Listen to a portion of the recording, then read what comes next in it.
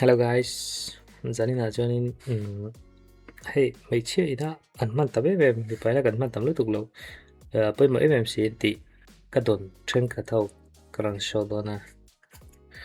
thì bắt đầu cái gì là bắt đầu cần mang đồ lâu chuyện nó sẽ biết là cho nên này sẽ nằm toner plum cầm hàng chuyện đó hay được không mà này sẽ nằm 3% toner cái này cho anh đó là cho anh luôn start này sẽ nằm TXA night clarity jelly serum tiga hinta lang siya bak thelo hinta screenshot ba kanon dang chu he thre me ma all skin type pane a than ti me ma gal mang chin bak lo ne chuan hyaluronic acid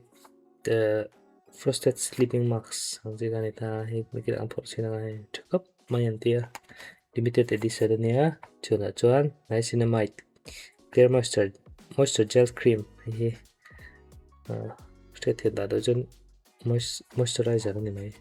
sunscreen a hian in sunscreen plum ni me lo do tan ki kam hang thina do tan ki chi ne ei kam hang thina watermelon le vitamin C manga do tan ki ve ni tlom me te ban ni kam hang thina ti chuan in re apply na chuan the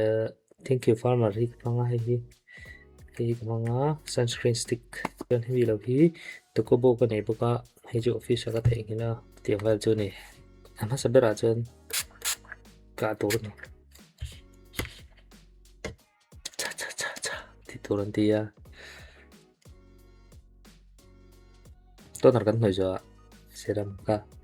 ndo ni hei bom nal ko nei tel ka kuthi lekin thalo ain dal che mai tia kuta pun tlor ang tur ka ani lo influencer ho sei da ni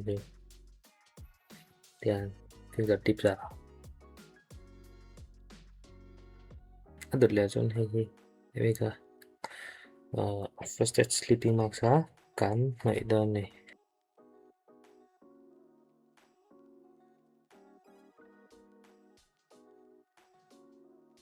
mai bol duk ta kan than tia tak tak cái máu hiểu chưa là bye.